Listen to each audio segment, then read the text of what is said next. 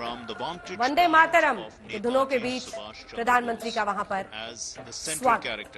There are 125 stories of Netaji, and that celebrates the 125 years.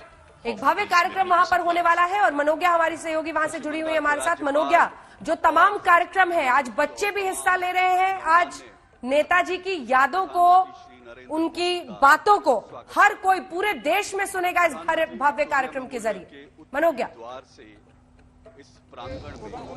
बिल्कुल सही कहा आपने अंजना। इस समय जैसे ही प्रधानमंत्री पहुंच चुके हैं विक्टोरिया मेमोरियल, सभी से मुलाकात कर रहे हैं। बीजेपी के आला नेता शामिल हैं, कैलाश विजयवर्गीय, शुभेंदु अधिकारी, मुकुल रॉय, सपन दास गुप्ता, ये सब तो हैं ही, बल्कि बाकी ऐसे कई सारे लोग हैं, संगठन के लोग जो यहाँ पर इस समय हैं। इन सब के बीच में अभी जैसे ही प्रधानमंत्री पहुंचे हैं, वो अब जा रहे हैं सीधा आसपास के इलाकों को, यानी कि विक्टोरिया मेमोरियल से सभी का अभिवादन करते हुए और अंदर जाते हुए ढाक धुनुची सभी की तैयारी है और इसके साथ साथ राज्यपाल भी मौजूद हैं। जैसे ही अंदर जाएंगे, वहां पर अंदर जाकर बाकी सारे जो पूरी प्रदर्शनी लगी है उसे देखेंगे। देखिए भव्य तैयारियां, मल्टीकैम आप देख रहे हैं। वहीं दूसरी ओर जो सजावट है वो अपने आप में बड़ी खूबसूरत है। विक्टोरिया मेमोरियल का इतिहास सिर्फ 100 वर्षों का इतिहास नहीं है, 1 सदी का इतिहास है। अंग्रेजों से लेकर भारत की आजादी से लेकर अभी तक अंदर की पूरी ये प्रतिलिपियां लगी हुई हैं, जो रंगोली बनी हुई है, और उसके साथ साथ प्रधानमंत्री अपने अंदाज में पूरी रंगोली और बाकी सारी चीजों को देखते हुए, मुआयना करते हुए, प्रश्न करते हुए, उनके जवाब सुनते हुए और समझते हुए कि आखिरकार इनकी खासियत क्या है। और साथ ही साथ आपको बता दें कि इस समय जैसे ही प्रधानमंत्री आए हैं, प्रधानमंत्री आने के बाद अभी अंदर विक्टोरिया मेमोरियल पूरा देखेंगे। विक्टोरिया मेमोरियल का अपना इतिहास है, 100 वर्षों का इतिहास इसी वर्ष पूरा हो रहा है। आज मानी 2021 में 1 सदी पूरी हो रही है विक्टोरिया मेमोरियल की, और 125वीं जयंती है नेताजी सुभाष चंद्र बोस की। 2 ऐसे भव्य कार्यक्रम, जो ऐसी भव्य बातें जो आज बंगाल में सरोकार हो रहा है, जिनका और सामने आपको देखने को भी मिल रही हैं। लेकिन इन सब के बीच में पूरी बातें बता रहे हैं क्यूरेटर और जो विक्टोरिया मेमोरियल के इंचार्ज, वो सब बयां कर रहे हैं कि क्या क्या खासियत है। देखिए एक एक तस्वीर दिखाई जा रही है, एक एक बात बताई जा रही है। जय हिंद बांग्ला में लिखा हुआ है, बांग्ला भाषा में लिखा हुआ जय हिंद, जो नेताजी के लिए, नेताजी ने जिसका आह्वान किया था। और नेताजी के साथ साथ आज प्रधानमंत्री नरेंद्र मोदी शॉल से अपना चश्मा पोंछते हुए और उसके साथ साथ इस समय पूरी इलाके का सारा जायजा लेते हुए मास्क पहन लिया है। और उसके साथ आपको एक बात और बता दें कि जो उनकी छवि है, जो बंगाल के लिए बार बार ये बात उठाई जा रही है, ये सम्मान करते हुए, शॉल लेते हुए और उसके साथ पूरे अंदर विक्टोरिया मेमोरियल का मुआयना और जायजा लेते हुए। लेकिन जो महत्वपूर्ण बात है आज, वो ये है कि नेताजी सुभाष चंद्र बोस, उनकी जन्म जयंती के अवसर पर 2 गैलरीज जो खास तौर से बनाई गई हैं इस मौके के लिए, उनको भी उनका उद्घाटन किया जाएगा। साथ ही साथ प्रधानमंत्री नरेंद्र मोदी आज यहाँ जो शाम को रंगारंग कार्यक्रम होने वाला है उसमें भी शिरकत करेंगे। एक और महत्वपूर्ण बात है कि ममता बनर्जी जो अब साथ में आ गई हैं, क्योंकि ये केंद्र सरकार का कार्यक्रम था, उन्हें इसके लिए इनविटेशन दिया गया था, लेकिन शब्दों में दूरियां बताई जा रही हैं। और जो आपस में 2 दिग्गज नेता जो इस समय बंगाल की राजनीति में सबसे बड़ी लड़ाई लड़ रहे हैं, वो आसपास खड़े तो हैं लेकिन बातचीत नहीं। आप अगर बॉडी लैंग्वेज देखें तो वो अपने आप में आपको बता देगा कि ये एक प्रोटोकॉल के तहत राज्य के मुख्यमंत्री को अपने दर्शकों को जरा बता दें, प्रधानमंत्री नरेंद्र मोदी एक तरफ और साथ में ममता बनर्जी, लेकिन वो 2 गज की दूरी जो है और बीच में राज्यपाल धनखड़ आपको दिख रहे हैं। प्रधानमंत्री नरेंद्र मोदी और ममता बनर्जी एक साथ आगे बढ़ते हुए, लेकिन साथ होते हुए भी दूर। ये तस्वीर सब कुछ बता रही है। बीच में धनखड़, जहां राज्यपाल धनखड़ आपको दिखाई दे रहे हैं और ये तस्वीरें आप देख रहे हैं। और अगले कुछ महीने जो है देश की राजनीति इसी तस्वीर, इन्हीं 2 शख्सियतों के बीच आप देखेंगे, क्योंकि भारतीय जनता पार्टी से जाहिर तौर पर तमाम क्षेत्रीय नेता तो हैं, अब तो टीएमसी वाले शुभेंदु अधिकारी भी आ गए हैं, बीजेपी के भी कई हैं, लेकिन प्रधानमंत्री नरेंद्र मोदी के ही चेहरे पर बीजेपी ये पूरी लड़ाई वहां पर लड़ेगी।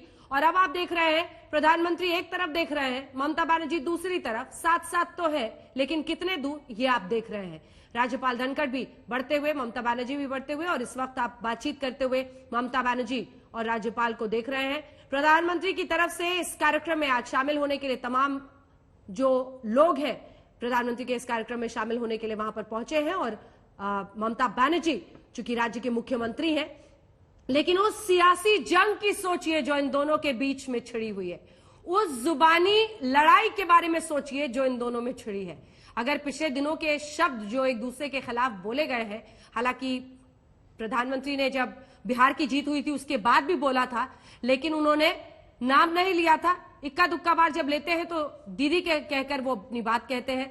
बल्कि हमारे साथ जब आज तक कोई इंटरव्यू दिया था तब उन्होंने बताया था ममता बनर्जी के साथ जो उनका पूरा रिश्ता है उसको लेकर, और जो गिफ्ट एक दूसरे को देते हैं उन सब पर उन्होंने बात की थी। लेकिन ये तस्वीरें आप देख रहे हैं विक्टोरिया मेमोरियल की, उस समय की जो ब्रिटिश रानी थी विक्टोरिया, उनको समर्पित करके लगभग 1920 के आसपास में ये विक्टोरिया मेमोरियल बनाया गया था। और भव्य ये इमारत है, लेकिन ये मास्क और 2 गज की दूरी है जरूरी वाला जो नारा है वो यहां पर बिल्कुल सही साबित होता हुआ दिख रहा है।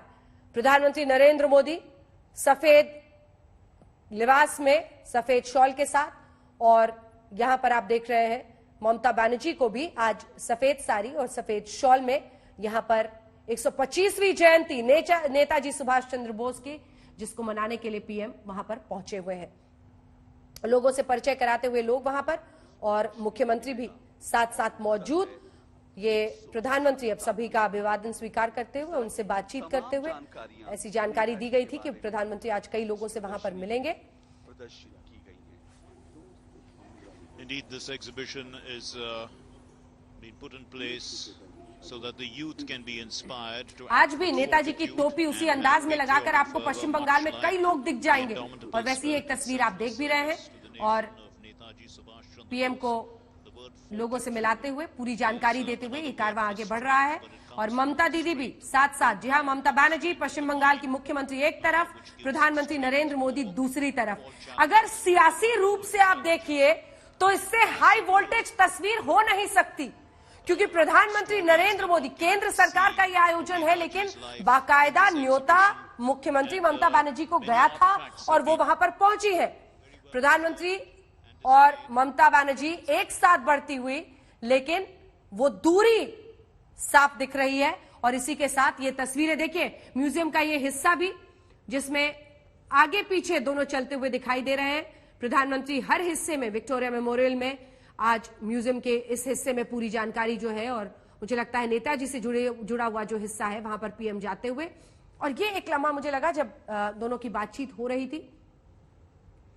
सियासी रूप से अगर आप देखें तो जिस रण में दोनों कूद चुके हैं आने वाले चुनाव के लिए, उसमें धुर विरोधी दोनों जरूर हैं, लेकिन आज के इस कार्यक्रम में प्रधानमंत्री ने मुख्यमंत्री को भी न्योता दिया था। यह एक अपने आप में संदेश था कि यह सियासी नहीं है, चाहे आप हमारे राजनीतिक प्रतिद्वंदी हैं, लेकिन इस कार्यक्रम को आइए नेताजी के नाम करते हैं। आइए सब मिलकर, जो देश के संविधान के तहत बड़े पद हैं, उन सभी लोगों को यहां पर मौजूद होना चाहिए।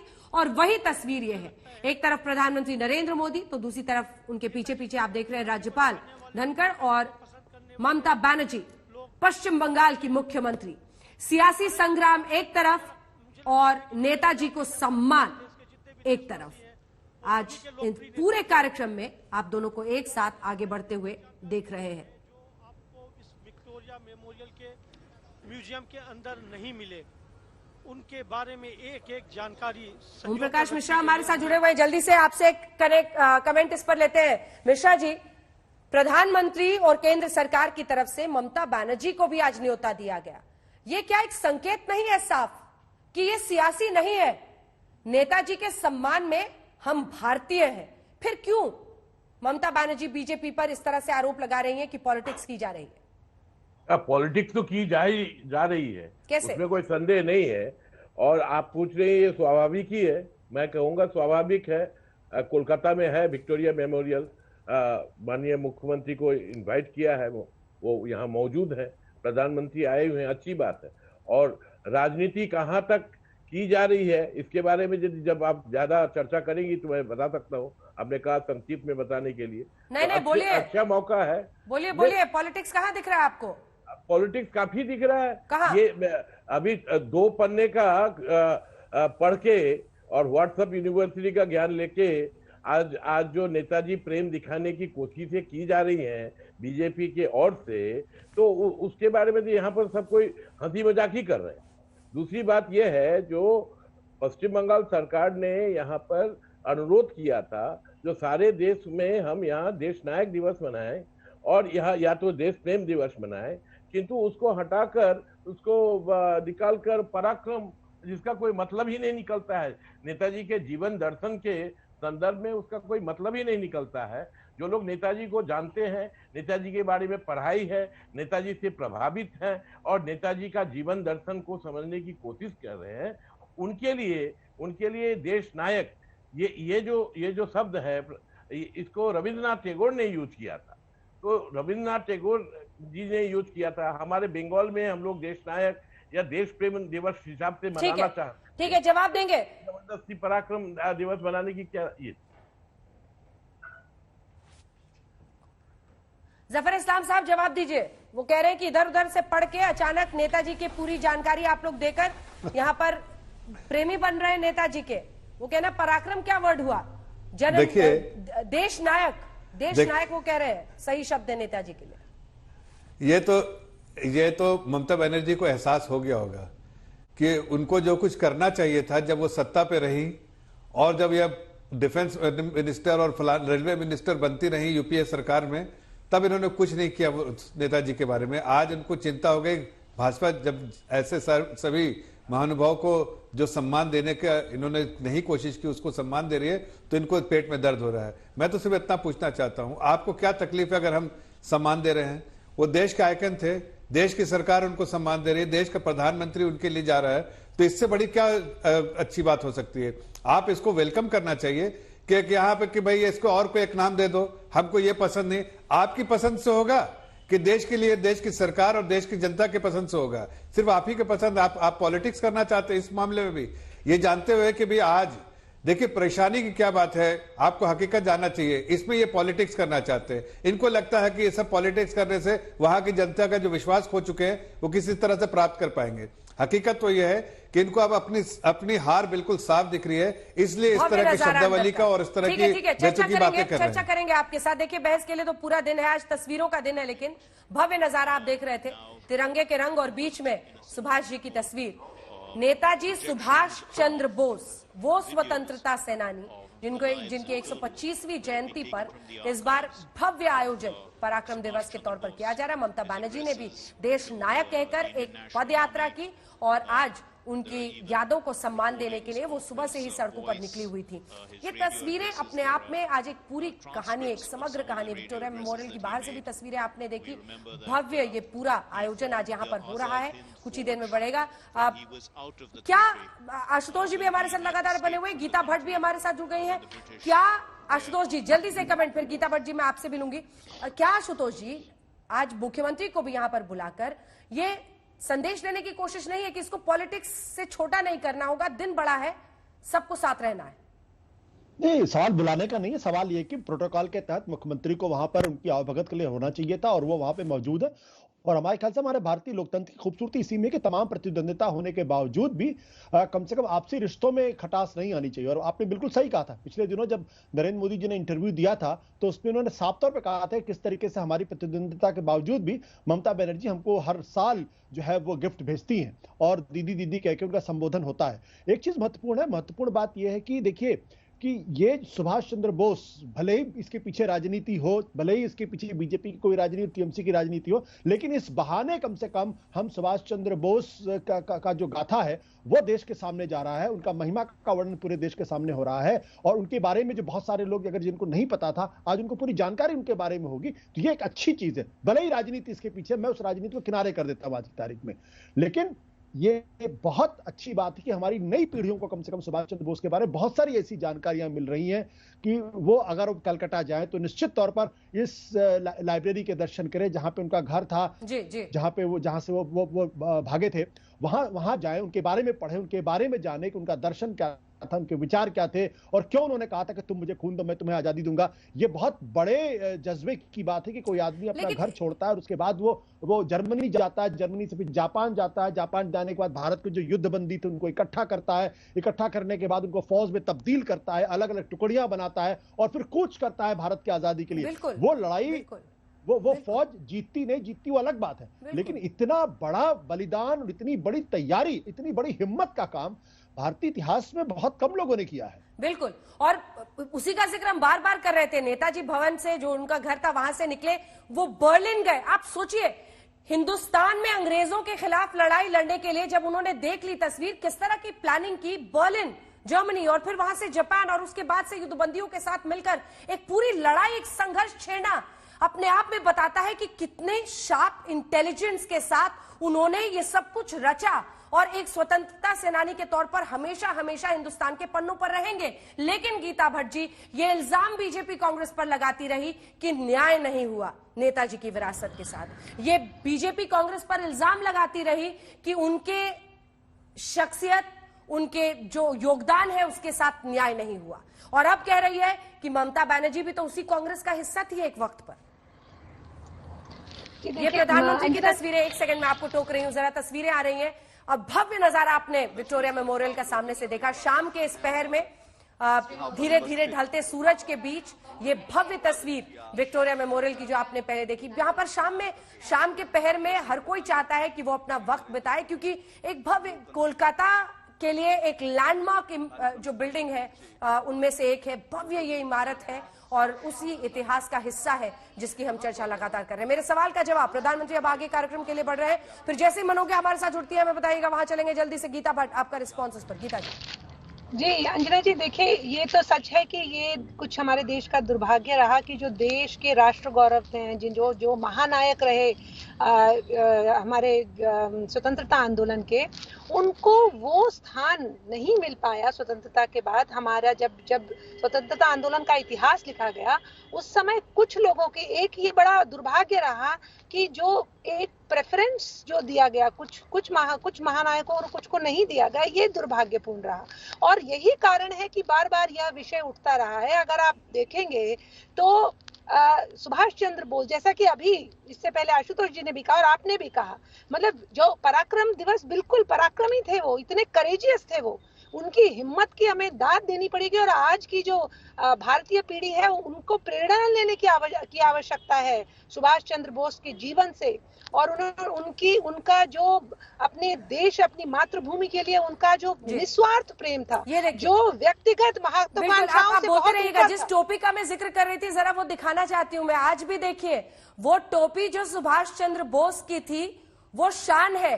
और उस अंदाज में आप देख रहे हैं महिलाओं को भी पारंपरिक वेशभूषा, वो साड़ी जो आप देख रहे हैं, ताँत की साड़ी बहुत चलती है बंगाल में, लेकिन उसके साथ साथ वो टोपी जब आप देखिए तो वो जज्बा है, एक सोच है, एक तरीका है, एक अंदाज है। और विक्टोरिया मेमोरियल की ये भव्य तस्वीर देखिए, शाम के इस पहर में भव्य नजारा।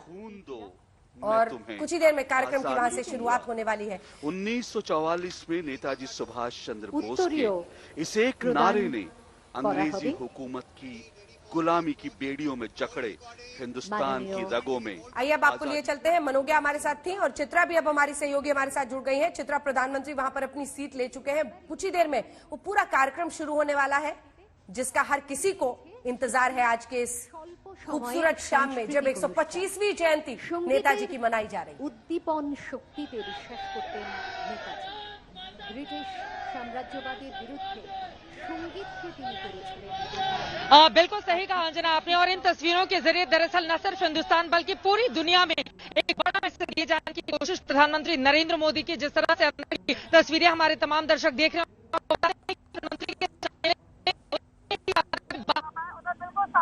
आप देखिए, मोदी किनारे लगे यहाँ पर भी दूर से लोग आए हुए हैं सामने। ये मोदी किनारे लग रहे हैं। आपकी आवाज बीच में कट जा रही है, हम फिर से आपका रुख करेंगे। लेकिन ये देखिए, ये तस्वीरें अगर आप देखें तो राजनीतिक रूप से जिस प्रतिद्वंदी को देश में हर कोई जानता है कि कैसे बीजेपी और टीएमसी में सबसे बड़ी लड़ाई है ये, और प्रधानमंत्री का ये अलग रंग रूप जो आप देख रहे हैं पिछले दिनों, मुझे लगता है कि लॉकडाउन के बाद से जो उनकी तस्वीर और उनकी शख्सियत में भी, जिसका जिक्र मनोज्ञा भी पहले कर रही थी, हर किसी की नजर उस पर भी है। लेकिन दूसरी तरफ वो सियासी संग्राम, धुर विरोधी नरेंद्र मोदी, ममता बनर्जी आज इस कार्यक्रम में एक साथ है और विक्टोरिया मेमोरियल के अंदर के हिस्से में दोनों ने एक साथ आगे भी बढ़े, लेकिन वही मास्क और 2 गज की दूरी जबरदस्त बरकरार रही। वो बहुत ज्यादा आपने जो कम से कम तस्वीरों में दिखा, अगर ऑफ कैमरा बात हुई हो तो दिखा नहीं वो हिस्सा, लेकिन ऐसा प्रतीत हुआ जैसा बातचीत ज्यादा नहीं हुई है। सियासी लड़ाई है, ये बंगाल की लड़ाई है, ये पश्चिम बंगाल में चुनाव है। लेकिन ये संकेत भी बीजेपी ने, सरकार ने अपनी तरफ से दिया है ममता बनर्जी को बुलाकर कि हम इसमें शामिल करते हैं। और ये जो आप देख रहे हैं इस वक्त वहां पर प्रोग्राम को होस्ट करते हुए लोगों को, उनके पीछे देखिए युवा उस आजाद हिंद फौज की वर्दी में आपको दिखाई दे रहे हैं और संगीत का कार्यक्रम बस शुरू हो रहा है। देखिए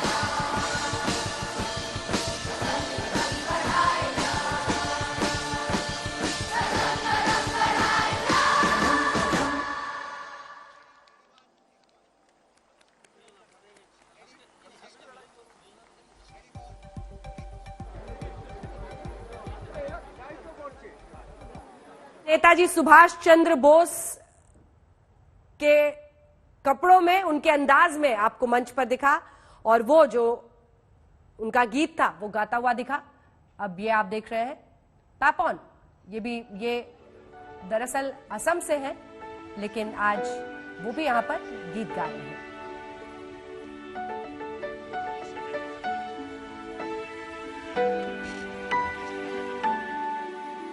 सुभाष जी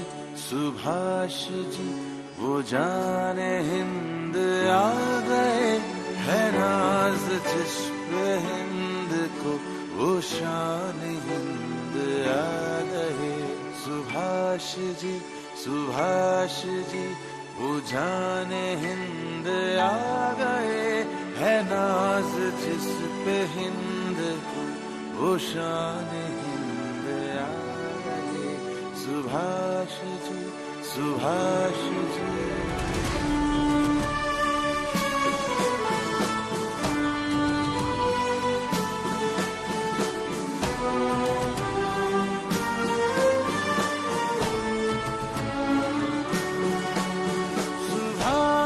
जान हिंद है, सुभाष शान हिंद है।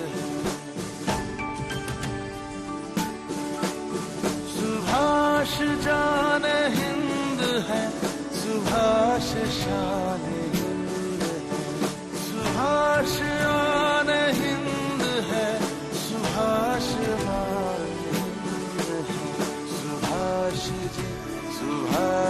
जी वो जाने हिंद आ गए, है नाज जिस पे हिंद, वो शान हिंद आ गए। Subhash ji. This is Subhash Chandra Bose speaking to Indians in East Asia. My countrymen in East Asia, in the first place, I desire to thank you most heartily for the warm and enthusiastic welcome that you have given me on the occasion of my public appearance in East Asia, and for the assurance that you have given me of your wholehearted support to our efforts to liberate our dear motherland. तूफान हिंद लाएंगे, वो शान हिंद लाएंगे। तूफान हिंद लाएंगे, वो शान हिंद लाएंगे। फिरंगियों के काम पर वो कहर बन के छाएंगे। सुभाष जी वो शान हिंद आ गए, है नाज जिस पे हिंद, वो शान हिंद आ गए। सुभाष जी।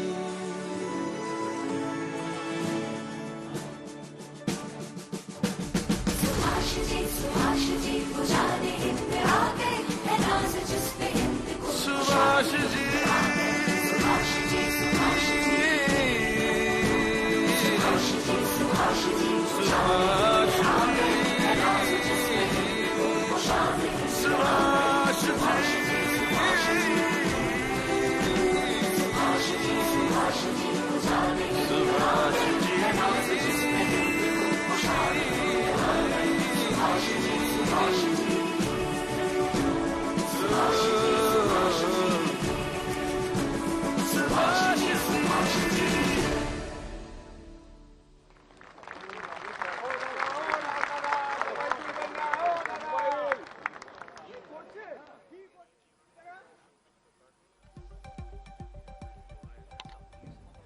तो आपने देखा नेताजी के लिए पहले बच्चों का एक गाना, उनका गाना ये जिंदगी है कौम की तू कौम पर लुटाए जा, और उसके बाद नेताजी के लिए गाना हुआ था। एक के बाद एक रंगारंग कार्यक्रम वहां पर है। मनोज्ञा हमारी सहयोगी वहां से हमारे साथ जुड़ेंगी और वो हमें बताएंगी ये पूरा जो अब आप उषा उत्तुप को देख रहे हैं, इनका अंदाज अलग होता है, तरीका अलग होता है, और यूजुअली इनका जो रेंडिशन होता है वो इंडी पॉप के तौर पर उसे माना जाता है, क्योंकि वो हिंदी गानों को भी एक अलग ही अंदाज में बहुत ही पेश करती हैं।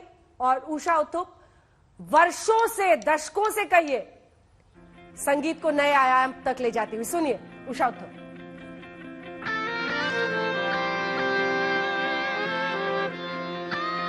You walk on all alone,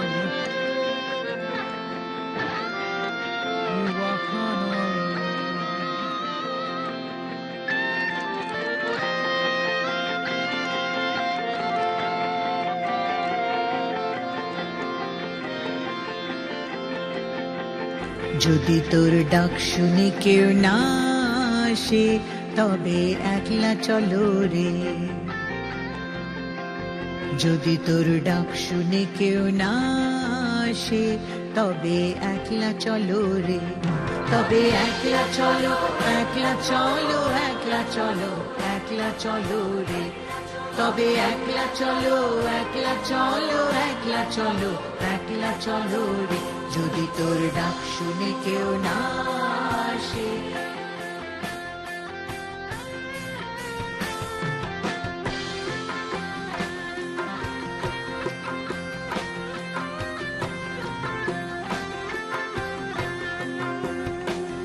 If no one speaks to you, if no one speaks to you, don't feel you are unfortunate. If no one speaks to you, if everyone just looks away, and if they are scared, if everyone just looks away, and if they are scared, then open your heart and speak out all the words you have in mind and walk on all alone. Speak out all the words you have in mind and walk on all alone. যদি তোর ডাক শুনে কেউ না আসে তবে একলা চলো রে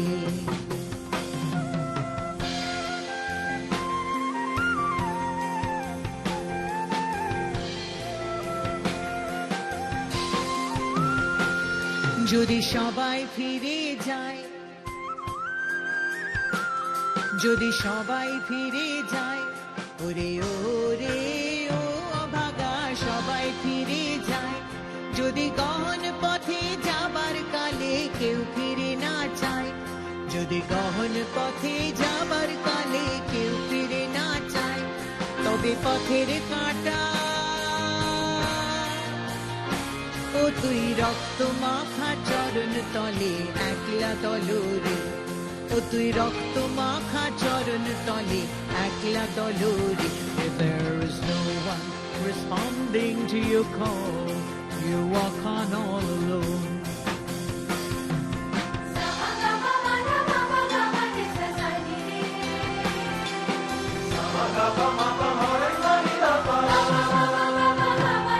If no one shows the light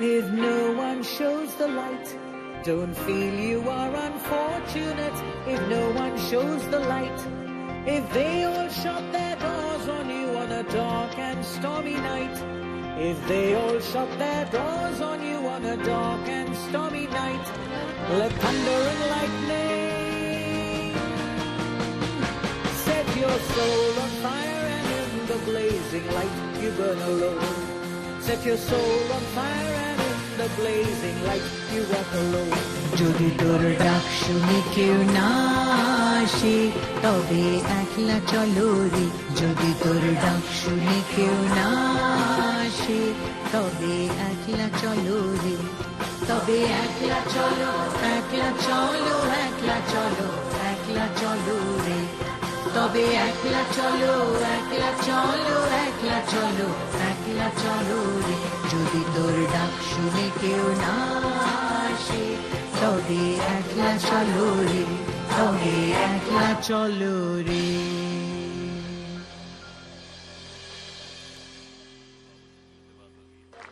Rabindranath Tagore যদি তোর ডাক শুনে क्यों ना आसे तबे একলা चलो रे ये उषा उत्थुप जो कि रविंद्रनाथ टैगोर इन दो शख्सियतों उन्हीं के संगीत उन्हीं के शब्दों को आज यहाँ पर गा रही हैं उनका एक अलग अंदाज होता है रेंडिशन वो हिंदी इंग्लिश मिलाकर गाती हैं और भव्य उनका ये गीत लेकिन अगर आप देखें पश्चिम बंगाल को तो इन दो शख्सियतों के इर्द गिर्द रविंद्रनाथ टैगोर और नेताजी पूरी कहानी संस्कृति से लेकर पराक्रम तक की अब अगला अब वंदे मातरम देश को सलाम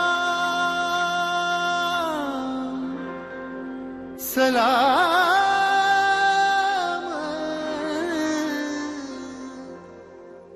देश को प्रणाम प्रणाम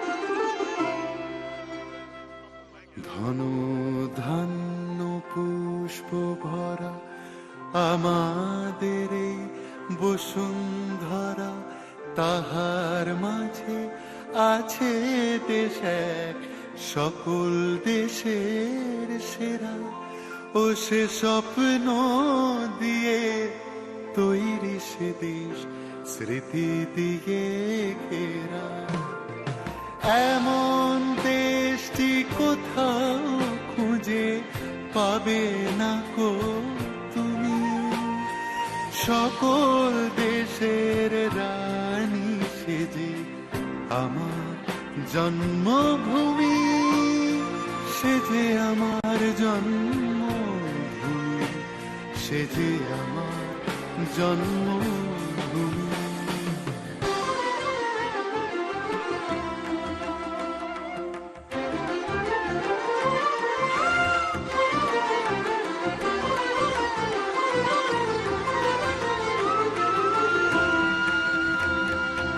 ভাইয়ের মায়ের এত স্নেহ কোথায় গেলে পাবে কেহ ও মা তোমার চরণ দুটি বক্ষে আমার ধরে ও মা তোমার চরণ দুটি বক্ষে আমার ধরে আমার এই দেশেতে জন্ম যেন এই দেশেতে মরি এমন দেশটি কোথাও খুঁজে পাবে না গো তুমি সকল দেশের রানী সেজে আমার জন্মভূমি সেজে আমার জন্মভূমি সেজে আমার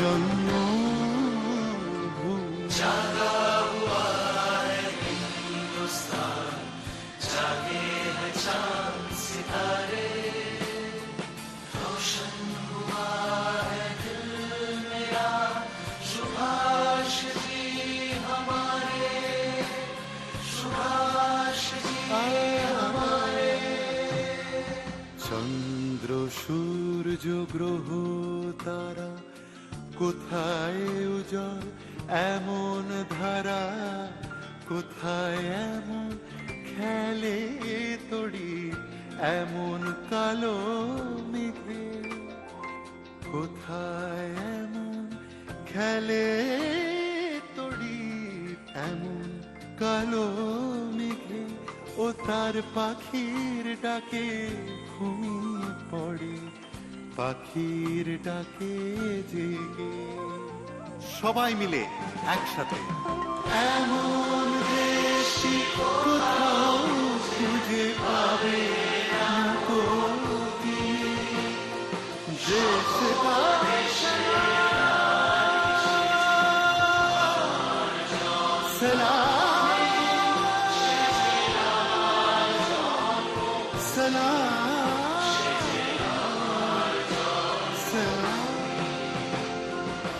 এমন দেশটি কোথাও খুঁজে পাবে না গো তুমি সকল দেশের রানী সেজে আমার জন্মভূমি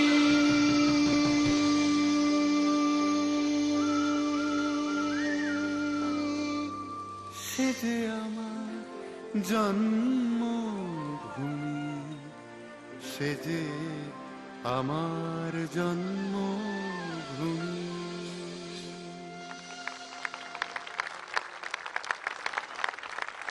धनो धाने पुष्पे बोरा यानी चारों तरफ फूलों की बरसात है और हिंदुस्तान के हर कोने की झलक पीछे आप देख रहे थे उत्तर से लेकर दक्षिण पूरब से लेकर पश्चिम तक ये परफॉर्मेंस जो आपने देखी ये सौरेंद्र सौम्यजीत की थी जो नेताजी की पूरी तस्वीरें आप पीछे बैकग्राउंड में भी देख रहे हैं और ये देखिए विक्टोरिया मेमोरियल में ये कुल मिलाकर 4 जो गीत के कार्यक्रम हुए सबसे पहले बच्चों ने कदम कदम बढ़ाए जा खुशी के गीत गाए जा ये जिंदगी है कौम की तू कौम पर लुटाए जा फिर सुभाष जी करके पैपॉन जो कि खुद आसाम के हैं उन्होंने ये गीत गाया और उसके बाद उषा उत्थुप ने रविंद्र संगीत एकला चलो रे और उसके बाद ये दोनों धाने पुष्पे भोरा गीत आपने सुना। अब जो तय कार्यक्रम है उसके मुताबिक कुछ ही देर में प्रधानमंत्री और तमाम लोग ऊपर बुलाए जाएंगे डायस पर, और फिर सबसे पहले पर्यटन मंत्री, फिर ममता बनर्जी बोलेंगी, और फिर प्रधानमंत्री एक किताब का अनावरण करेंगे, लेटर्स ऑफ नेताजी, और उसके बाद प्रधानमंत्री का भी संबोधन होगा। इसका इंतजार है, लेकिन इस वक्त प्रभु चावला हमारे साथ जुड़ रहे हैं, editorial consultant India today group के, और संगीत रागी हमारे साथ जुड़ रहे हैं। प्रभु जी, आपके साथ शुरुआत करते हुए, आज भव्य नजारा है, सियासत का संग्राम है, नरेंद्र मोदी और ममता बनर्जी आमने सामने भी है सियासी लड़ाई में, और अगल बगल भी है नेताजी के इस कार्यक्रम में, क्या कहिएगा? ये आज तो पराक्रम दिवस मनाया जा रहा है। राजनीतिक संग्राम तो होगा ही, परंतु नाम इसका रखा है पराक्रमम, तो प्रकार जानबूझ कर रखा होगा, मोदी जी का नाम दिया हुआ है ये। तो आज से संघर्ष वहां पर शुरू हो गया ऐसा दिखाई देता है, और आमने सामने जब होंगे, जब उनका भाषण होगा, तब पता लगेगा किस तरह की आप जो लोग हम यूज करते हैं आजकल लैंग्वेज टीवी के अंदर, बॉडी लैंग्वेज क्या होगी, केमिस्ट्री क्या होगी, पराक्रमण किसके ऊपर होगा, कैसा होगा, ये राजनीति के ऊपर आज डिसाइड हो जाएगा कि किस तरह की भाषा का प्रयोग आगे इन दोनों के बीच में होने वाला है। कि माँ ममता, जो ममता जी है, वहां पर मानुस है, माटी है, परंतु वहां पर ये लगता है मोदी और ममता, ये दो एम जो फैक्टर हैं। तीसरा एम फैक्टर, मुस्लिम फैक्टर भी बहुत इंपॉर्टेंट है वहां पर। तो एम फैक्टर का रेलेवेंस आज सुभाष चंद्र जी बोस का पहली बार मनाया जा रहा है। ये नहीं है कि आज पहले 6 साल से सरकार जहां भी थी वहां भी सरकार थी, चुनाव के साल के अंदर भी सुभाष चंद्र बोस के लिए इतना बड़ा काम करना याद आया है।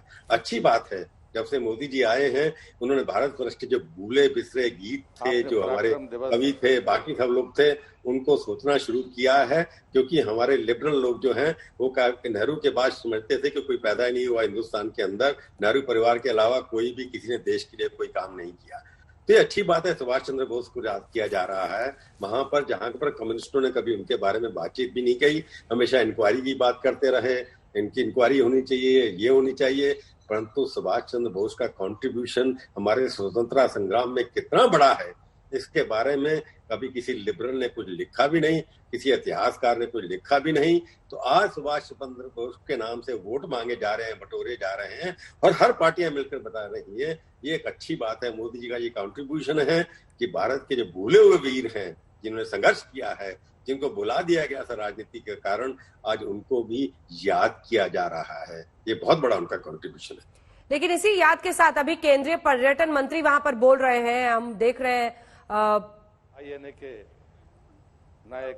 वहां कैलाश विजयवर्गीय है, तमाम नेता मौजूद हैं। लेकिन इससे पहले कि वो उनकी बात हम सुनाए अपने दर्शकों को, एक और सवाल है जो मैं आपसे और प्रभु जी, फिर उसके बाद फौरन संगीत रागी से भी जिसका जवाब लूंगी। प्रभु जी, ये आज जो पहल है, ये क्या ये बताने की भी कोशिश है, क्योंकि बिहार, पश्चिम बंगाल तो छोड़िए, बिहार तक जबरदस्त एडुलेंस, मतलब नेताजी और नेताजी को लेकर आज स्कूलों में, कॉलेजेस में एक जश्न की तरह होता है। जैसे घरों में लोग मिठाइयां बांटते हैं, स्कूल्स में मिठाई बांटी जाती है, नेताजी की जीवनी के बारे में बताया। क्या ये बीजेपी की ये भी कोशिश है कि नेताजी की विरासत के साथ हम ही न्याय करेंगे? कांग्रेस ने उनकी विरासत को जिस तरह से समेट दिया था, उसको हम बड़े विस्तार दे रहे हैं। जैसे गुजरात में पटेल की विरासत को, सियासी विरासत को बीजेपी ने बहुत भव्य रूप से किया, और जिस पर कांग्रेस ने कहा कि ये तो सभी नेता को अपने बना लेते हैं। वही एक तरह से कोशिश नेताजी के भी साथ है पश्चिम बंगाल में, क्योंकि टीएमसी कहती है कि आपका तो यहाँ है नहीं, आप तो बाहरी हैं। अंजना, बिल्कुल ठीक कह रही हैं आप, क्योंकि बीजेपी को अगर पिछले 6 साल में देखें तो हर प्रदेश के अंदर कोई ना कोई ऐसी विरासत को ढूंढ लेते हैं जिनको बाकी पार्टियों ने बुला दिया है। ये वेस्ट बंगाल का इलेक्शन है, बिहार के अंदर तो जयप्रकाश नारायण थे, उनके नाम से इन्होंने चुनाव भी जीता, उसके पहले उन्होंने वहां पर संघर्ष भी किया। परंतु सुभाष चंद्र बोस को आइडेंटिफाई करना राजनीति के साथ, ये पहली बार इनको समझ आया मोदी जी को, कि मोदी जी वेस्ट बंगाल के अंदर हर ऐसी चीज को अपना रहे हैं। जैसे रविंद्रनाथ टैगोर के बारे में पहले उन्होंने बात की, वहां पर यूनिवर्सिटी के ऊपर जाकर की हर चीज को वहां से जोड़ा, हर चीज को। तो वेस्ट बंगाल की जो भूली हुई चीजें, जो आपने ठीक कहा कि सुभाष चंद्र बोस के साथ आइडेंटिफाई करना भद्रलोक को वहां के बंगाली लोग जो हैं, जो नेता के फॉलोअर हैं, नेताजी के अपने सुभाष चंद्र जी के, वो तो हैं, परंतु कहीं पर वहां पर आप ये देखना नहीं होगा कि कभी भी नैरेटिव सुभाष जी के आसपास हुआ हो। ये पहली बार है कि नैरेटिव हो रहा है, कोई भी आवाज उनके खिलाफ बोलने की तैयार नहीं हुई है। तो मोदी जी की अपनी सर्वे टीम होती है, आइडेंटिफाई करते हैं, तो मोदी जी हमेशा आइडिया के बारे में सोचते रहते हैं। तो चुनाव का समय आता है, उससे पहले ही वो शुरू हो जाते हैं कि ऐसे किसी व्यक्ति की, ऐसे किसी महान हस्ती की उसको जोड़ा जाए, उसका प्रयोग किया जाए जिसके ऊपर कोई भी कंट्रोवर्सी खड़ी नहीं हो। तो इसलिए सुभाष चंद्र बोस के नाम से चुनाव से 3 महीने पहले अगर आप वहां पर पोलराइजेशन करना चाहते हैं, क्योंकि हिंदू मुस्लिम पोलराइजेशन, कम्युनलाइजेशन, और वहां पर अब टीएमसी के पास कोई जवाब नहीं है, क्योंकि ये चुनाव होता जा रहा है वो अभी तक नेगेटिविटी के ऊपर है। क्योंकि ममता बनर्जी वहां पर इतने साल से सत्ता में हैं, उन्होंने क्या क्या काम किया या नहीं किया, इसके ऊपर ममता बनर्जी पर्सनल टारगेट हैं। तो उसको एक तरफ रख दीजिए। अभी तो ये है कि हम बाहर के लोग, जिनको कहती हैं बाहर के लोग जो आ रहे हैं, गुजरात के लोग आकर के यहाँ पर चुनाव लड़ रहे हैं, पहली बार है कि बाहर के लोग वेस्ट बंगाल के अंदर चुनावी दृष्टि से भारी पड़ रहे हैं। अगर आप वहां पर चुनाव के इंचार्ज देखें, वेस्ट बंगाल के लोकल नेता कम स्टेज पर दिखाई देते हैं, छोटे मोटे लोग होते हैं। अभी तक मुख्यमंत्री का कोई नाम उनके पास है नहीं। दिल्ली में बैठे हुए कुछ लोग अपने आप को मुख्यमंत्री प्रोजेक्ट करने की कोशिश कर रहे हैं, परंतु मोदी जी की ये एक टारगेट है, एक स्ट्रेटेजी है कि आप मुख्यमंत्री कौन होगा इससे हट जाइए। बीजेपी किसके लिए स्टैंड करती है? बंगाल के साथ स्टैंड करती है, बंगाल की कल्चर के साथ स्टैंड करती है, बंगाल का जो सोनार बंगला का पास्ट है उसके साथ स्टैंड करती है। तो अपने आप को गुजराती होते हुए भी बंगाल के साथ समन्वय करना, आइडेंटिफाई करना, उसमें सुभाष चंद्र बोस फिट बैठते हैं। बिल्कुल, एक सवाल जल्दी से ले लेते हैं संगीत रागी जी आपसे। क्या उसी सियासी स्ट्रैटेजी का हिस्सा है नेताजी सुभाष चंद्र बोस? क्योंकि ये कहना है विपक्ष का करके उसको बेइज्जत करना ये आपको शोभा नहीं देता है। मैं फिर आप लोगों को कहेंगे यही on protest of that I am not telling anything. जय हिंद, जय बांग्ला।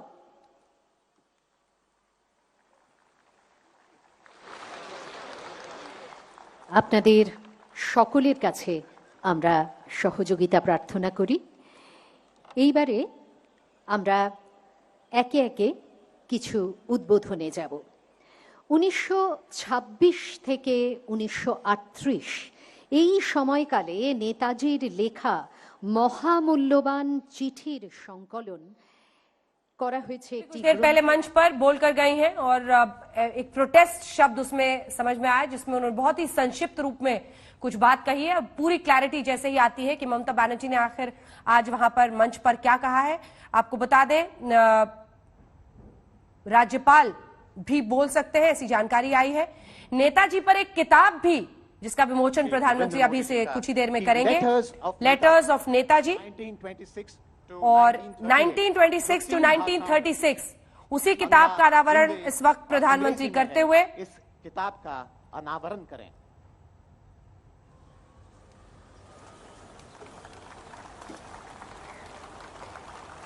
प्रधानमंत्री नरेंद्र मोदी ने किताब का अनावरण किया है, लेटर्स ऑफ नेताजी, और लेटर्स ऑफ नेताजी में 1926 से लेकर 1936 की चिट्ठियां इसमें शामिल की गई हैं।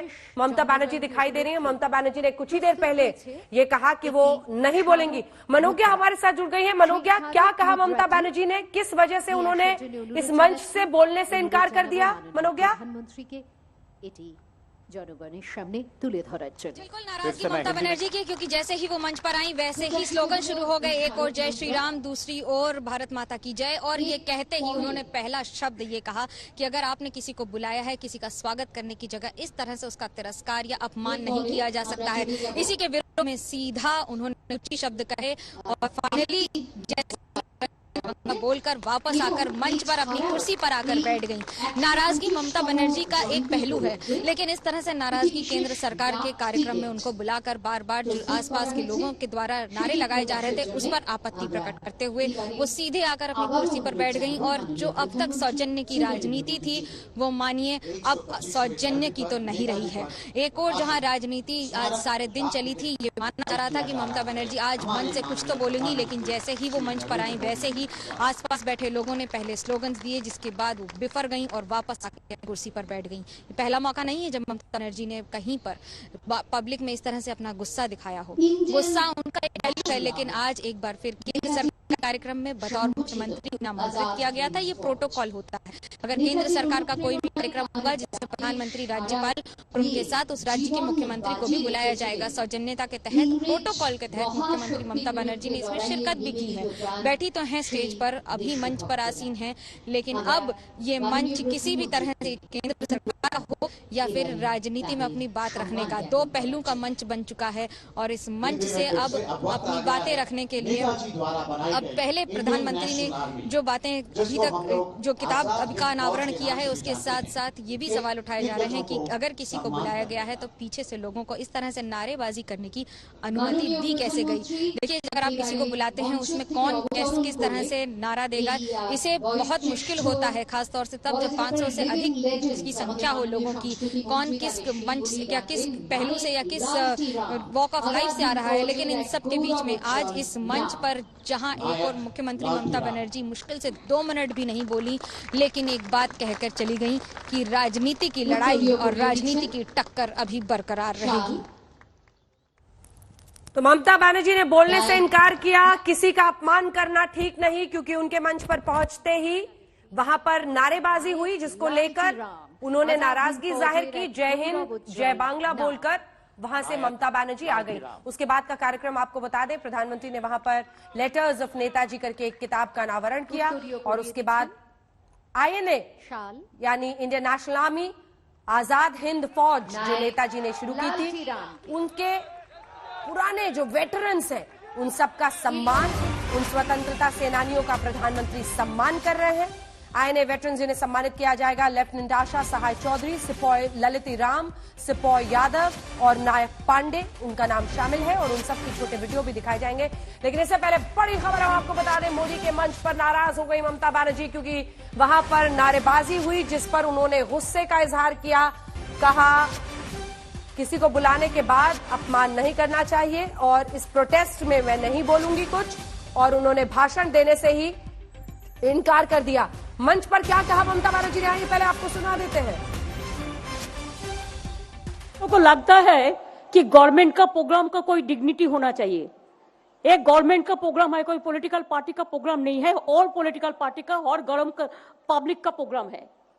मैं तो आभारी हूं प्रधानमंत्री जी का, कल्चरल मिनिस्ट्री का, कि आप लोगों ने कोलकाता में प्रोग्राम बनाया, लेकिन किसी को आमंत्रण करके, निमंत्रित करके उसको बेइज्जत करना ये आपको शोभा नहीं देता है। मैं फिर आप लोगों को कहेंगे, यही on protest of that I am not telling anything. जय हिंद, जय बांग्ला। मेरे को तो लगता है कि गवर्नमेंट का प्रोग्राम का कोई डिग्निटी होना चाहिए। एक गवर्नमेंट का प्रोग्राम है, कोई पॉलिटिकल पार्टी का प्रोग्राम नहीं है, और पॉलिटिकल पार्टी का और पब्लिक का प्रोग्राम है। मैं तो आभारी हूं प्रधानमंत्री जी का, कल्चरल मिनिस्ट्री का, कि आप लोगों ने कोलकाता में प्रोग्राम बनाया, लेकिन किसी को आमंत्रण करके, निमंत्रित करके उसको बेइज्जत करना ये आपको शोभा नहीं देता है। मैं फिर आप लोगों को कहेंगे, यही on protest of that I am not telling anything. जय हिंद, जय बांग्ला। तो सियासी संग्राम जिसका जिक्र हम कर रहे थे वो आखिर दिख ही गया। जब ममता बनर्जी मंच पर पहुंची तो सामने नारेबाजी हुई, जय श्री राम के नारे लगे, जिसकी वजह से उन्होंने कहा कि ये मेरी बेइज्जती है। उन्होंने कहा कि किसी को बुलाकर बेइज्जत करना ठीक नहीं है। प्रधानमंत्री जय हिंद, जय हिंद। मंच पर विराजमान पश्चिम बंगाल के राज्यपाल श्रीमान जगदीप धनखड़ जी, पश्चिम बंगाल की मुख्यमंत्री बहन ममता बनर्जी जी, मंत्रिमंडल में मेरे सहयोगी श्री प्रहलाद पटेल, श्री बाबुल सुप्रियो जी, नेताजी सुभाष बोस के निकट संबंधीजन, भारत का गौरव बढ़ाने वाली आजाद हिंद फौज के जांबाज सदस्य, उनके परिजन, यहां उपस्थित कला और साहित्य जगत के दिग्गज और बंगाल की इस महान धरती के मेरे भाई और बहनों, आज कोलकाता में आना मेरे लिए बहुत भावुक कर देने वाला क्षण है। बचपन से जब भी ये नाम सुना, नेताजी सुभाष चंद्र बोस, मैं किसी भी स्थिति में रहा, परिस्थिति में रहा, ये नाम कान में पड़ते ही एक नई ऊर्जा से भर गया। इतना विराट व्यक्तित्व की उनकी व्याख्या के लिए शब्द कम पड़ जाए। इतनी दूर की दृष्टि कि वहां तक देखने के लिए अनेकों जन्म लेने पड़ जाए। विकट से विकट परिस्थिति में भी इतना हौसला, इतना साहस कि दुनिया की बड़ी से बड़ी चुनौती ठहर न पाए। मैं आज नेताजी सुभाष चंद्र बोस के चरणों में अपना शीश झुकाता हूं, उन्हें नमन करता हूं और नमन करता हूं उस मां को, प्रभा देवी जी को, जिन्होंने नेताजी को जन्म दिया। आज उस पवित्र दिन को 125 वर्ष हो रहे हैं। 125 वर्ष पहले आज के ही दिन मां भारती की गोद में उस वीर सपूत ने जन्म लिया था, जिसने आजाद भारत के सपने को नई दिशा दी थी। आज के ही दिन गुलामी के अंधेरे में वो चेतना फूटी थी, जिसने दुनिया की सबसे बड़ी सत्ता के सामने खड़े होकर कहा था, मैं तुमसे आजादी मांगूंगा नहीं, आजादी छीन लूंगा।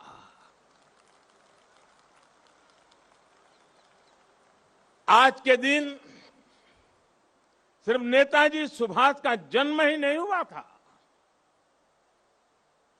बल्कि आज भारत के नए आत्मगौरव का जन्म हुआ था। भारत के नए सैन्य कौशल्य का जन्म हुआ था। मैं आज नेताजी की 125वीं जन्म जयंती पर कृतज्ञ राष्ट्र की तरफ से इस महापुरुष को कोटि कोटि प्रणाम करता हूं, उन्हें सैल्यूट करता हूं। साथियों, मैं आज बालक सुभाष को नेताजी बनाने वाली, उनके जीवन को तप, त्याग और तितिक्षा से घड़ने वाली बंगाल की इस पुण्य भूमि को भी आदरपूर्वक नमन करता हूं। गुरुदेव श्री रविंद्रनाथ टैगोर, बंकिम चंद्र चट्टोपाध्याय, शरद चंद्र जैसे महापुरुषों ने इस पुण्य भूमि को राष्ट्र भक्ति की भावना से भरा है। स्वामी रामकृष्ण परमहंस, चैतन्य महाप्रभु, श्री अरबिंदो, मां शारदा, मां आनंदमयी, स्वामी विवेकानंद, श्री श्री ठाकुर अनुकूल चंद्र जैसे संतों ने इस पुण्य भूमि को वैराग्य, सेवा और आध्यात्म से अलौकिक बनाया है। ईश्वर चंद्र विद्यासागर, राजा राम मोहन राय, गुरुचंद ठाकुर, हरिश्चंद्र ठाकुर जैसे अनेक समाज सुधारक, सामाजिक सुधार के अग्रदूतों ने इस पुण्य भूमि से देश में नए सुधारों की नींव भरी है। जगदीश चंद्र बोस, पीसी रॉय, एसएन बोस, मेघनाथ शाह, अनगिनत वैज्ञानिकों ने उस पुण्य भूमि को ज्ञान विज्ञान से सींचा है। ये वही पुण्य भूमि है जिसने देश को उसका राष्ट्रगान भी दिया है और राष्ट्रगीत भी दिया है। इसी भूमि ने हमें देशबंधु चित्तरंजन दास, डॉक्टर श्यामा प्रसाद मुखर्जी और हम सभी के प्रिय भारत रत्न प्रणब मुखर्जी से साक्षात्कार कराया है। मैं इस भूमि के ऐसे लाखों लाख महान व्यक्तित्वों के चरणों में भी आज इस पवित्र दिन पर प्रणाम करता हूं। साथियों, यहां से पहले मैं भी नेशनल लाइब्रेरी गया था, जहां नेताजी की विरासत पर एक इंटरनेशनल कॉन्फ्रेंस और आर्टिस्ट कैंप का आयोजन हो रहा है। मैंने अनुभव किया, नेताजी का नाम सुनते ही हर कोई कितनी ऊर्जा से भर जाता है। नेताजी के जीवन की ये ऊर्जा जैसे उनके अंतर मन से जुड़ गई है। उनकी यही ऊर्जा, यही आदर्श, उनकी तपस्या, उनका त्याग देश के हर युवा के लिए बहुत बड़ी प्रेरणा है। आज जब भारत नेताजी की प्रेरणा से आगे बढ़ रहा है, तो हम सबका कर्तव्य है कि उनके योगदान को बार बार याद किया जाए, पीढ़ी दर पीढ़ी याद किया जाए। इसलिए देश ने तय किया है कि नेताजी की 125वीं जयंती के वर्ष को ऐतिहासिक, अभूतपूर्व भव्यता भरे आयोजनों के साथ मनाए। आज सुबह से देश भर में इससे जुड़े कार्यक्रम हर कोने में हो रहे हैं। आज इसी क्रम में नेताजी की स्मृति में एक स्मारक सिक्का और डाक टिकट जारी किया गया है। नेताजी के पत्रों पर एक पुस्तक का विमोचन भी हुआ है। कोलकाता और बंगाल, जो उनकी कर्मभूमि रहा है, यहां नेताजी के जीवन पर एक प्रदर्शनी और प्रोजेक्शन मैपिंग शो भी आज से शुरू हो रहा है। हावड़ा से चलने वाली ट्रेन हावड़ा कालका मेल का भी नाम अब नेताजी एक्सप्रेस कर दिया गया है। देश ने यह भी तय किया है कि अब हर साल हम नेताजी की जयंती यानी 23 जनवरी को पराक्रम दिवस के रूप में मनाया करेंगे। हमारे नेताजी भारत के पराक्रम की प्रतिमूर्ति भी है और प्रेरणा भी है।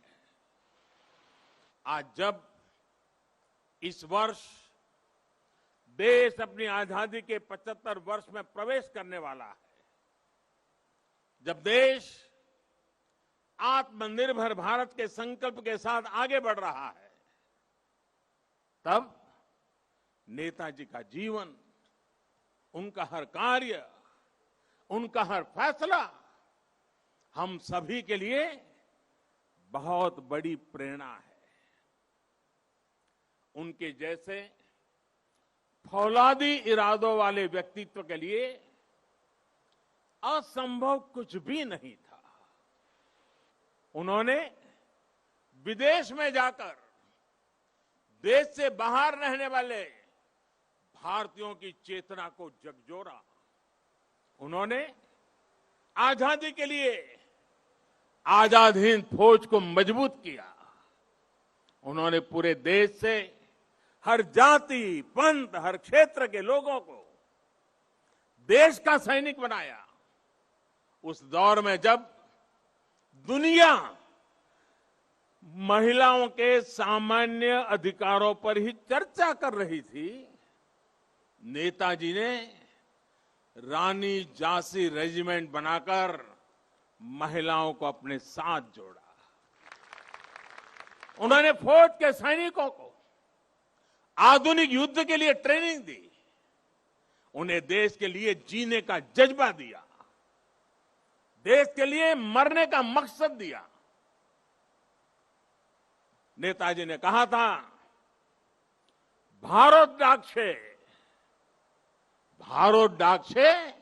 रोकटो डाक दिए छे रोकतो के ओठो दांडाओ आमोदेर नोस्टो करार मतो सोमोय नोय।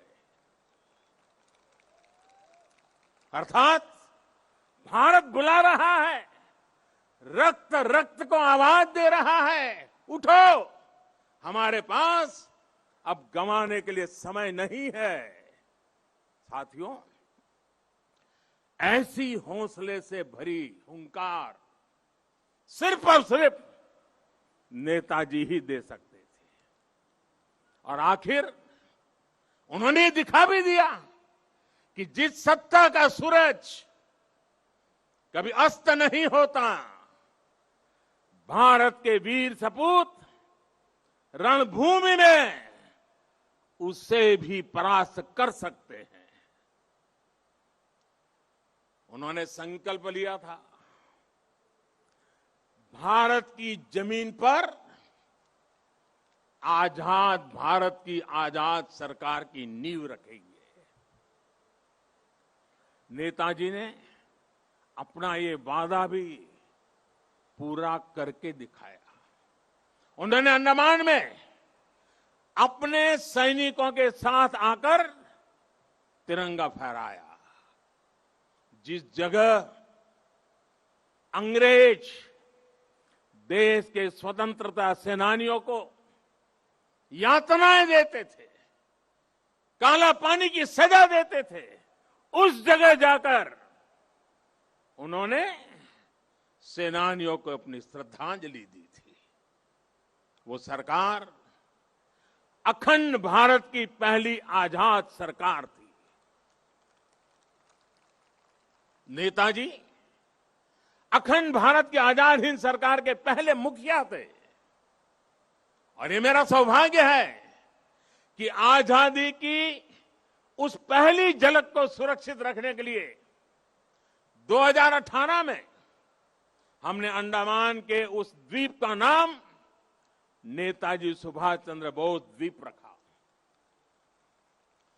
देश की भावना को समझते हुए नेताजी से जुड़ी फाइलें भी हमारी सरकार ने सार्वजनिक की।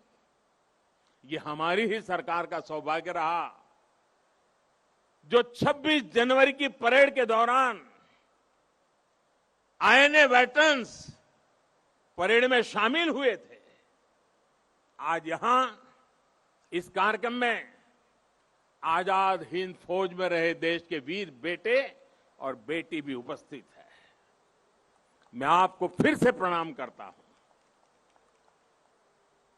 और कब प्रणाम करते हुए कहीं कहूंगा कि देश सदा सर्वदा आपका कृतज्ञ रहेगा, कृतज्ञ है और हमेशा रहेगा। साथियों, 2018 में ही देश ने आजाद हिंद सरकार के 75 साल को भी उतने ही धूमधाम से मनाया था। देश ने उसी साल सुभाष चंद्र बोस आपदा प्रबंधन पुरस्कार भी शुरू किए। नेताजी ने दिल्ली दूर नहीं का नारा देकर लाल किले पर झंडा फहराने का जो सपना देखा था, उनका वो सपना देश ने लाल किले पर झंडा फहराकर पूरा किया। भाई और बहनों, जब आजाद हिंद फौज की कैप मैंने लाल किले पर झंडा फहराया था, उसे मैंने अपने सर पे लगाया था, उस वक्त मेरे मन मस्तिष्क में बहुत कुछ चल रहा था, बहुत से सवाल थे, बहुत सी बातें थी, एक अलग अनुभूति थी। मैं नेताजी के बारे में सोच रहा था, देशवासियों के बारे में सोच रहा था, वो किसके लिए जीवन भर इतना रिस्क उठाते रहे। जवाब यही है, हमारे और आपके लिए। वो कई दिनों तक आमरण अनशन किसके लिए करते रहे? आपके और हमारे लिए। वो महीनों तक किसके लिए जेल की कोठरी में सजा भुगतते रहे? आपके और हमारे लिए। कौन ऐसा होगा जिसके जीवन के पीछे इतनी बड़ी अंग्रेजी हुकूमत लगी हो, वो जान हथेली पर रखकर फरार हो जाए। हफ्तों तक वो काबुल की सड़कों पर अपना जीवन दांव पर लगाकर एक एम्बेसी से दूसरी से चक्कर काट लगाता रहे। किसके लिए? हमारे और आपके लिए। विश्व युद्ध के उस माहौल में देश के बीच पल पल बदलते देशों के बीच के रिश्ते, इसके बीच क्यों वो हर देश में जाकर भारत के लिए समर्थन मांग रहे थे, ताकि भारत आजाद हो सके, हम और आप आजाद भारत में सांस ले सके। हिंदुस्तान का एक एक व्यक्ति नेताजी सुभाष बाबू का ऋणी है।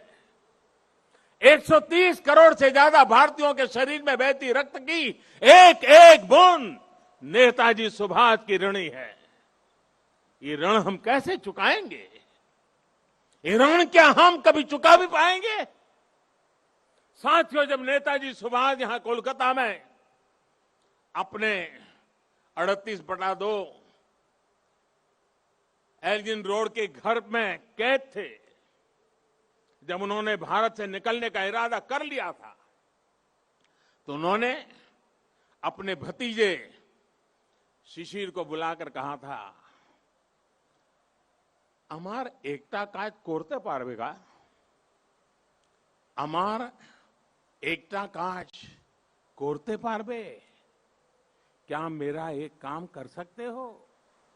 इसके बाद शिशिर जी ने वो किया जो भारत की आजादी की सबसे बड़ी वजहों में से एक बना। नेताजी ये देख रहे थे कि विश्व युद्ध के माहौल में अंग्रेजी हुकूमत को अगर बाहर से चोट पहुंचाई जाए तो उसे दर्द सबसे ज्यादा होगा। वो भविष्य देख रहे थे कि जैसे जैसे विश्व युद्ध बढ़ेगा, वैसे वैसे अंग्रेजों की ताकत कम पड़ती जाएगी, भारत पर उनकी पकड़ कम पड़ती जाएगी। ये था उनका विजन। इतनी दूर देख रहे थे वो। मैं कहीं पढ़ रहा था कि इसी समय उन्होंने अपनी भतीजी इला को दक्षिणेश्वर मंदिर भी भेजा था कि मां का आशीर्वाद ले आओ। वो देश से तुरंत बाहर निकलना चाहते थे। देश के बाहर जो भारत समर्थक शक्तियां हैं, उन्हें एकजुट करना चाहते थे। इसलिए उन्होंने युवा शिशिर से कहा था, अमार एकता काज कोरते पारबे, क्या मेरा एक काम कर सकते हो? साथियों, आज हर भारतीय अपने दिल पर हाथ रखे, नेताजी सुभाष बाबू को महसूस करे तो उसे फिर से ये सवाल सुनाई देगा, अमर एकता काज कोरते पारबे, क्या मेरा एक काम कर सकते हो? ये काम, ये काज, ये लक्ष्य आज भारत को आत्मनिर्भर बनाने का है। देश का जन जन, देश का हर क्षेत्र, देश का हर व्यक्ति इससे जुड़ा है। नेताजी ने कहा था, पुरुष अर्थो एवं उपकरण निजे राय विजयबा স্বাধীনতা আনতে পারে না। আমাদের অবশ্যই সেই উদ্দেশ্য শোকিত থাকতে হবে যা আমাদের সাহসিক কাজ এবং वीरतापूर्ण शासने उद्बुद्ध करबे, यानी हमारे पास वो उद्देश्य और शक्ति होनी चाहिए जो हमें साहस और वीरतापूर्ण तरीके से शासन करने के लिए प्रेरित करे। आज हमारे पास उद्देश्य भी है, शक्ति भी है। आत्मनिर्भर भारत का हमारा लक्ष्य, हमारी आत्मशक्ति हमारे आत्मसंकल्प से पूरा होगा। नेताजी ने कहा था, आज আমাদের কেবল একটি ইচ্ছা থাকা উচিত। ভারতে इच्छुक जाते भारते बांटते पारे, यानी हमारी एक इच्छा होनी चाहिए कि हमारा भारत बच पाए, भारत आगे बढ़े। हमारा भी एक ही लक्ष्य है, अपना खून पसीना बहाकर देश के लिए जिए, अपने परिश्रम से, अपने इनोवेशन से देश को आत्मनिर्भर बनाए। नेताजी कहते थे, निजेर प्रोति सात होले सारे बिक्सेर प्रोति केऊ असोद होते पारबे ना। अर्थात अगर आप खुद के लिए सच्चे हैं तो आप दुनिया के लिए गलत नहीं हो सकते। हमें दुनिया के लिए बेहतरीन क्वालिटी के प्रोडक्ट बनाने होंगे, कुछ भी कमतर नहीं, जीरो डिफेक्ट जीरो इफेक्ट वाले प्रोडक्ट। नेताजी ने हमें कहा था, स्वाधीन भारतेर स्वप्ने कोनो दिन आस्था हारियो ना, বিশ্বে এমন কোন শক্তি নেই যে ভারতকে पराधीनानंतर श्रृंखलाएं बेगे रखते समर्थ होवे। यानी आजाद भारत के सपने में कभी भरोसा मत खोइए। दुनिया में ऐसी कोई ताकत नहीं है जो भारत को बांध करके रख सके। वाकई दुनिया में ऐसी कोई ताकत नहीं है जो 130 करोड़ देशवासियों को, अपने भारत को आत्मनिर्भर भारत बनाने से रोक सके। साथियों, नेताजी सुभाष चंद्र बोस गरीबी को, अशिक्षा को, बीमारी को देश की सबसे बड़ी समस्याओं में गिनते थे।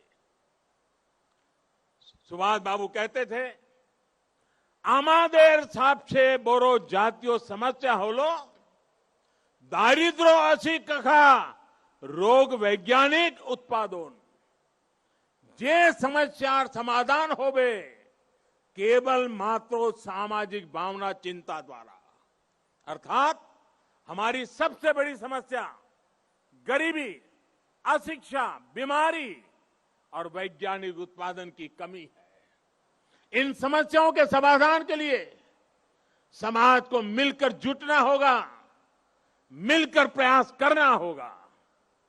मुझे संतोष है कि आज देश पीड़ित, शोषित, वंचित को, अपने किसान को, देश की महिलाओं को सशक्त करने के लिए दिन रात एक कर रहा है।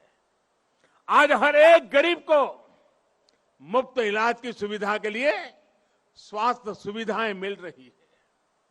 देश के किसानों को बीज से बाजार तक आधुनिक सुविधाएं दी जा रही हैं। खेती पर होने वाला उनका खर्च कम करने का प्रयास किया जा रहा है। हर एक युवा को आधुनिक और गुणवत्तापूर्ण शिक्षा मिले, इसके लिए देश के एजुकेशन इंफ्रास्ट्रक्चर को आधुनिक बनाया जा रहा है। बड़ी संख्या में देश भारत में एम्स, आईआईटीज और आईआईएम्स जैसे बड़े संस्थान खोले गए हैं। आज देश 21वीं सदी की जरूरतों के हिसाब से नई राष्ट्रीय शिक्षा नीति भी लागू कर रहा है। साथियों, मैं कई बार सोचता हूं कि आज देश में जो बदलाव हो रहे हैं, जो नया भारत आकार ले रहा है, उसे देख नेताजी को कितनी संतुष्टि मिलती है। उन्हें कैसा लगता जब वो दुनिया की सबसे आधुनिक टेक्नोलॉजी में अपने देश को आत्मनिर्भर बनता देखते। उन्हें कैसा लगता जब वो पूरी दुनिया की बड़ी बड़ी कंपनियों में, शिक्षा में, मेडिकल सेक्टर में भारतीयों का डंका बजते देखते। आज राफेल जैसे आधुनिक विमान भी भारत की सेना के पास है और तेजस जैसे अत्याधुनिक विमान भारत खुद भी बना रहा है। जब वो देखते कि आज उनके देश की सेना इतनी ताकतवर है, उसे वैसे ही आधुनिक हथियार मिल रहे हैं जो वो चाहते थे, तो उन्हें कैसा लगता। आज अगर नेताजी ये देखते कि उनका भारत इतनी बड़ी महामारी से, इतनी ताकत से लड़ा है, आज उनका भारत वैक्सीन जैसे आधुनिक वैज्ञानिक समाधान खुद तैयार कर रहा है, तो नेताजी क्या सोचते। जब वो देखते कि भारत वैक्सीन देकर दुनिया के दूसरे देशों की मदद भी कर रहा है, तो उन्हें कितना गर्व होता। नेताजी जिस स्वरूप में हमें देख रहे हैं, हमें आशीर्वाद दे रहे हैं, अपना स्नेह दे रहे हैं, जिस सशक्त भारत की उन्होंने कल्पना की थी, आज एलएसी से लेकर के एलओसी तक भारत का यही अवतार दुनिया देख रही है। जहां कहीं से भी भारत की संप्रभुता को चुनौती देने की कोशिश की गई, भारत आज मुंह तोड़ जवाब दे रहा है। साथियों, नेताजी के बारे में बोलने के लिए इतना कुछ है कि बात करते करते रातों की रातों बीत जाए। नेताजी जैसे महान व्यक्तित्वों के जीवन से हम सबको और खासकर युवाओं को बहुत कुछ सीखने को मिलता है। लेकिन एक और बात जो मुझे बहुत प्रभावित करती है, वो है अपने लक्ष्य के लिए अनवरत प्रयास। विश्व युद्ध के समय पर जब साथी देश पराजय का सामना कर चुके थे, सरेंडर कर रहे थे, तब नेताजी ने अपने सहयोगियों को जो बात कही थी, उसका भाव यही था कि दूसरे देशों ने सरेंडर किया होगा, हमने नहीं। अपने संकल्पों को सिद्धि तक ले जाने की उनकी क्षमता अद्वितीय थी। वो अपने साथ भगवत गीता रखते थे, उनसे प्रेरणा पाते थे। अगर वो किसी काम के लिए एक बार आश्वस्त हो जाते थे, तो उसे पूरा करने के लिए किसी भी सीमा तक प्रयास करते थे। उन्होंने हमें ये बात सिखाई है कि अगर कोई विचार बहुत सरल नहीं है, साधारण नहीं है, अगर इसमें कठिनाइयां भी है, तो भी कुछ नया करने से डरना नहीं चाहिए। अगर आप किसी चीज में भरोसा करते हैं, तो आपको उसे प्रारंभ करने का साहस दिखाना ही चाहिए। एक बार को ये लग सकता है कि आप धारा के विपरीत बह रहे हैं, लेकिन अगर आपका लक्ष्य पवित्र है तो इसमें भी हिचकना नहीं चाहिए। उन्होंने ये करके दिखाया कि आप अगर अपने दूरगामी लक्ष्यों के लिए समर्पित है तो सफलता आपको मिलनी ही मिलनी है।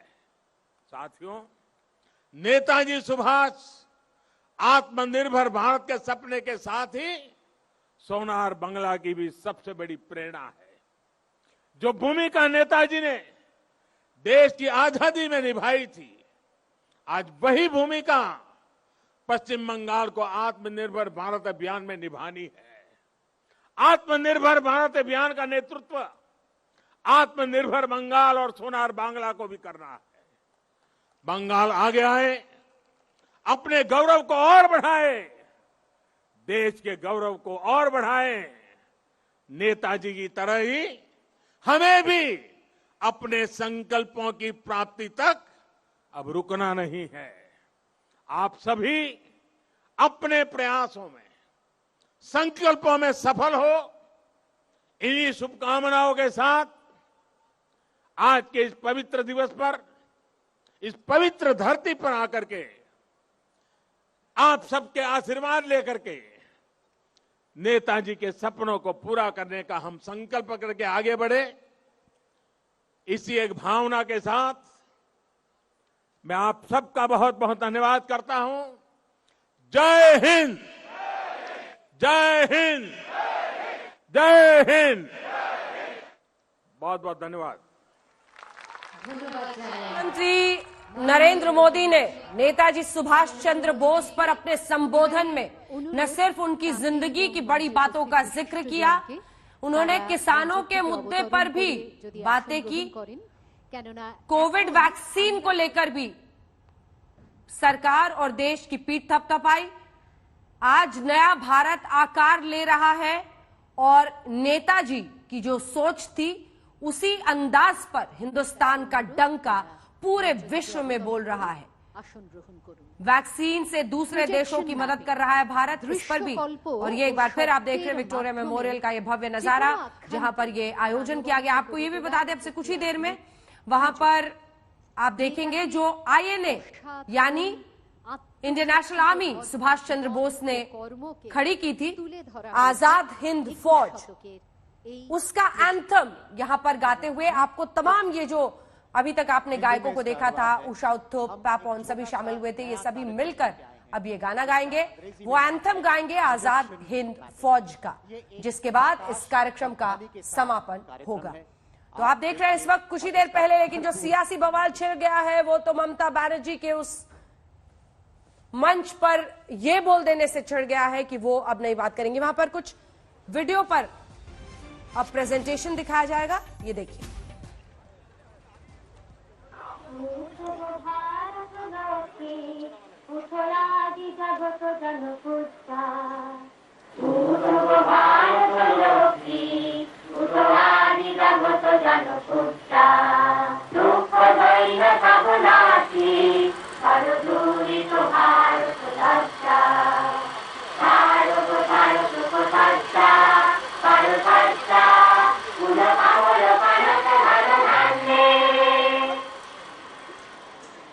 আমি রেডিও আজাদ হিন্দ। ये देखिए, স্থানীয় সময় 2টো, ভারতীয় সময় সন্ধ্যে 6:30। আমি সেই সময়ের আবিষ্কার যখন শব্দ তরঙ্গে সওয়ার হওয়া শেখেইনি, কিন্তু বেতার হয়েও আমি চোখের পলকে সহস্র মানুষের মধ্যে যোগাযোগের তার জুড়ে দিতাম। প্রত্যেকটি সমাজ, প্রত্যেকটি দেশ, প্রত্যেক সভ্যতারই একটি দিশার প্রয়োজন হয়, এবং সেই সভ্যতা যদি পরাধীনতার শৃঙ্খল মুক্ত হওয়ার সংগ্রামে ব্রতী হয় এবং সেই সময় নিজেদের কথা পৌঁছে দেবার কোনো সহজলভ্য মাধ্যমকে পাশে পাওয়া যায়, মানুষকে জোটবদ্ধ করার উপায় পাওয়া যায়, তাহলে সংগ্রামে গতি আসে। সেই সময় আমি এই কাজটাই করছিলাম। আমি সুভাষ বলছি। আরে এ তো সুভাষচন্দ্র বসু। কোত্থেকে বলছেন? নেতাজি রেডিওতে বলছেন। কোথায় আছেন উনি? দেশ থেকে অনেক দূরে। কে জানে কোথায় আছেন? উনি বলছেনটা কি? আজ আমরা এবং আমাদের মাতৃভূমি বিশ্ব ইতিহাসের এক সন্ধিক্ষণে এসে দাঁড়িয়েছি। আজ আমি সমস্ত স্বাধীনতাকামী ভারতবাসীকে আহ্বান জানাচ্ছি, ব্রিটিশ শাসনের বিরুদ্ধে সর্বশক্তি দিয়ে ততক্ষণ অবধি আপনারা লড়াই করুন যতক্ষণ না আমাদের মাতৃভূমি স্বাধীন হয়। জয় হিন্দ। 1939 বিশ্ব ইতিহাসে এমন এক রক্তক্ষয়ী যুদ্ধের সূচনার সাল, যে যুদ্ধ বিনাশের নতুন পরিভাষা গড়ে দিল। পরাধীন ভারতবাসী স্বাধীনতার জন্য সংগ্রামে ঝাঁপিয়ে পড়েছিল।